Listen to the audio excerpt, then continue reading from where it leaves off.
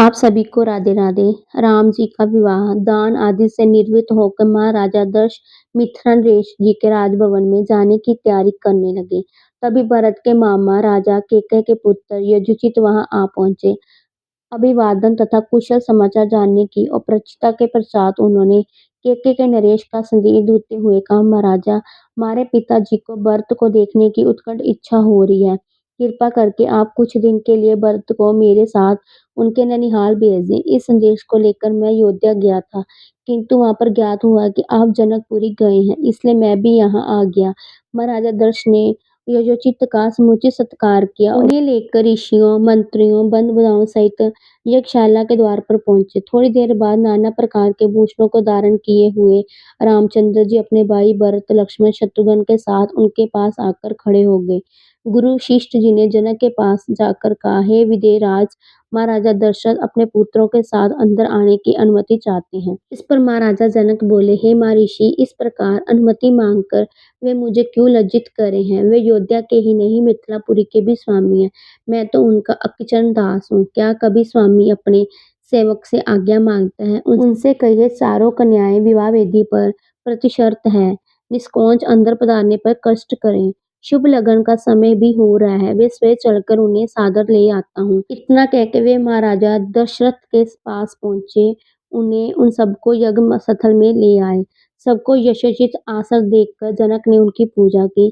फिर वशिष्ठ जी से बोले, हे महर्षि, आप इन ऋषि मुनियों के साथ विवाह कार्य संपन्न कीजिए। आपसे अधिक योग्य पुरोहित और कौन हो सकता है? गुरु वशिष्ठ, महर्षि विश्वामित्र जी और मिथिला के राजपुरोहित शतानंद जी विवाह कार्य संपन्न कराने लगे। सबसे पहले वैदिक विधि के अनुसार विवाह के लिए वेदी का निर्माण कराया गया।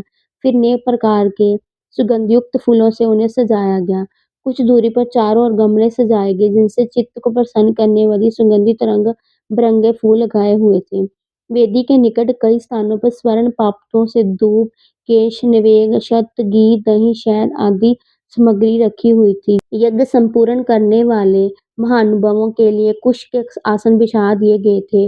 गुरु शिष्ट अन्य महर्षियों ने वेद मंत्रों का उच्चारण करते हुए हवन कुंडल में अग्नि प्रज्वलित की। फिर वशिष्ठ जी के देश पर राजा प्रसाद की महिलाओं ने जनकपुरी सीता को लाकर यज्ञ वेदी के निकट खड़ा कर दिया। उस समय सीता जी का मुखमंडल कालीन भाव रवि की भांति अनुपम सौंदर्य से दिव्यपन हो रहा था।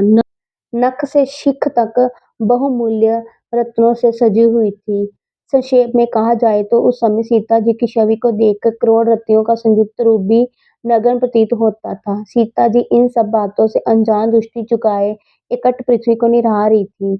महाराजा जनक अपनी लाडली पुत्री सीता को श्री राम जी के निकट खड़ा करके स्वर में बोले, हे रघुतिलक रामचंद्र जी, मैं अपनी पुत्री सीता का हाथ आपके सशक्त हाथों में सौंपते हुए ये कामना करता हूँ कि मेरी पुत्री आपकी अर्धांगिनी होकर इससे आप अपनी पत्नी के रूप में स्वीकार कीजिए। आज से ये आपके सुख दुख की संगिनी हुई।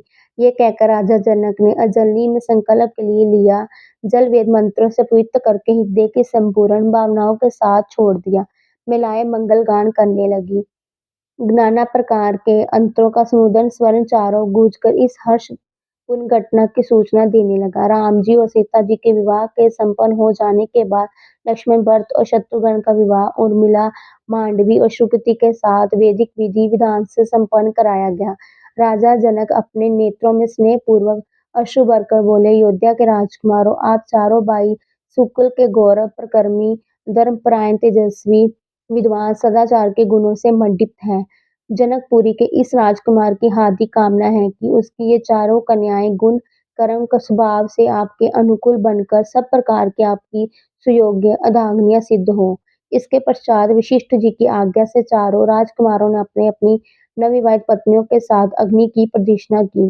विवाह संपन्न होने के पश्चात महाराजा दक्ष समस्त मंत्रियों, ऋषि मुनियों और सपनीक राजकुमारों के साथ अपने ठहरने के स्थान पर चले गए। प्रातःकाल मुनि वशिष्ठ जी विदा लेकर उत्तराखंड की ओर चले गए। महाराजा जनक ने दहेज के रूप में असंख्य दासियां, हाथी, घोड़े, गौ, रत्न, जड़, आभूषण, वस्त्र, बर्तन आदि नाना प्रकार की वस्तुएं देखकर अयोध्यापति दक्ष को विदा किया। उन्हें पहुंचाने के लिए नगर के द्वार तक गए।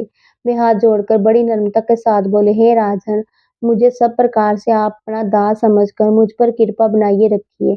एक बार फिर आभारपूर्वक कहना चाहता हूँ कि आप मेरे कुल के साथ संबंध स्थापित करके मुझे गौरवान्वित किया है। मेरी कन्याएँ आपकी आज्ञाकारिणी दोनों कुलों का गौरव बढ़ाने वाली हो, ये मेरी मनोकामना है। फिर उन्होंने अपनी पुत्रियों को आशीर्वाद देते हुए विदा किया।